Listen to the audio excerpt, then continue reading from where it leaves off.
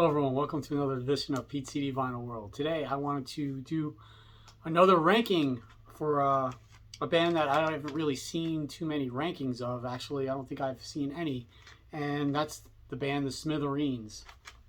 So most of you probably have heard the name or maybe even know some of their hits.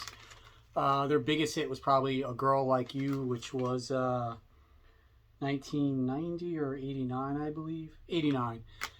But they started out in the mid-'80s, had, I believe, initially an EP with some of the songs that were on their first album.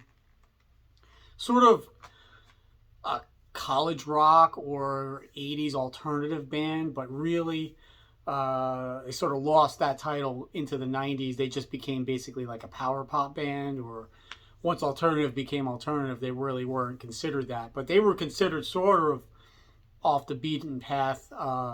When they started, they were one of those bands played on like 120 Minutes and that kind of thing on MTV. They're from New Jersey, so I'm not sure about the rest of the country, but they were a pretty big deal around here. In fact, they still play around. The singer Pat Denizio passed away in 2017, but they actually still tour with Marshall Crenshaw. And they have 7 studio albums. And they also have a Christmas album, and they've also done some covers albums, like they've done With the Beatles or Meet the Beatles, and they've done Tommy, and they've done an album of like the Beatles B-sides, or the songs that ended up on the American album. So they've done some other stuff that I'm not going to include here. It's strictly the 7 studio albums. So starting it off, I'm going to pick the 1999 album God Save the Smithereens. I don't think any of these are bad. They're all pretty good, actually. It's just this one I don't think has any of those killer, memorable hooks that some of the other albums have, but this is still a pretty good album all the way through. She's Got Away, House of the End of the World, Everything Changes, Flowers in the Blood. A lot of these albums towards the end of their career, this one has 13 songs. They should have trimmed them by like 2 or 3 songs, I think, but this is my number 7. Number 6, this is their album Blow Up. Had a pretty, I don't want to say big hit, but song Top of the Pops was a well-known song, had a video for. This is 1991, so this came out after alternative had exploded, and you would have thought that they would have been included in that, but like a lot of other bands in the late 80s, they got lumped into like, hey, you guys are 80s. So they didn't get much airplay after that.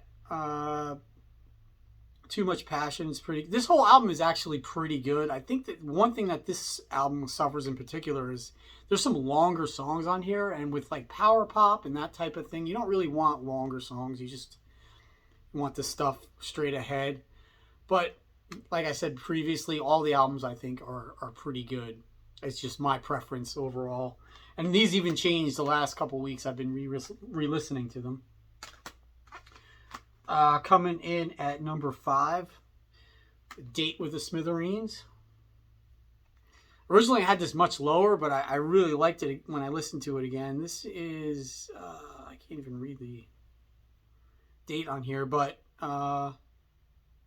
this is quite like a darker album, I would say. It's not the happy pop stuff. This was sort of the pinnacle of that, like the happy pop stuff. This one's got some darker stuff on it. Not that it's real heavy or anything, but has one of my favorite songs on it, Miles from Nowhere. I also like the retro cover. And I have to say, all of these later albums in the 90s, they sound really good. Even some of them that the last couple are like independent releases, they sound really good. Let me see what year this came out. I know it was the 90s, but 94 this was. So, coming in at number 4, I'm ranking their second full-length studio album, Green Thoughts. Had some pretty big hits on here. Only a Memory was a big big hit. House We Used to Live In, Especially for You. Drown in My Own Tears was another big one. I just think this one is a little, the production is a little bland. And this is sort of, I would say, their most eclectic album, meaning it's got some stuff on here that's not really rock. It's more like just slower ballady type things. Still good album, but it's one of their more well-known ones, but it's not one of my favorites. Coming in at number 3, surprisingly, is their last studio album called 2011, sort of a homage to the 11 album. So when did this come out? 2011. So this one, it really goes back to their early albums, I would say. There's no really darker stuff on here. The production's really good. The hooks are back on this. The only thing about this one's got 13 songs. I would trim about a song or two on here, but I highly recommend it. So if anyone doesn't know their sound, they're sort of like a cross between, I would say, 60s Kinks, 60s Who, a little bit of Beatles thrown in. Later on in some of their later albums, they do incorporate some of that grungy guitar sound, but still more on the pop side. Coming in at number 2, their debut album, Especially for You. This one had a pretty big MTV hit, Behind the Wall of Sleep. That's where most people saw them for the first time. But there's some really good songs on here. Strangers When They Meet, Time and Time Again, Behind the Wall of Sleep, In a Lonely Place, Blood and Roses. Blood and Roses was an EP they released initially with some other songs. White Castle Blues.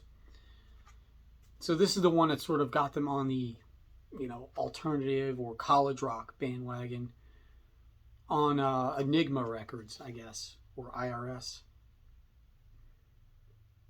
But when they came out in the middle of the 80s, their sound was sort of unique because there wasn't anybody doing this sort of thing there. And I'm coming in at number 1, 11. I think this one is where everything really came together. It's poppy, but at the same time pretty hard rocking. A Girl Like You is their best known song. It's on here, but the rest of the songs are really good too. Blues Before and After, Blue Period, Room Without a View, Yesterday Girl, William Wilson. There's some ballads on here, but overall this is a pretty good album. It's a shame they couldn't continue their success, but like I said, they sort of got lumped in. They're just another 80s band, but they really weren't. If they had come out a couple years later, I think they really would have exploded in the 90s. So anyway, why don't you give me your rankings of the Smithereens albums? If you like these videos, please subscribe and let me know if you heard of these guys or they're big in your area, because they're from New Jersey. They're still pretty popular and big here. All right, thanks a lot.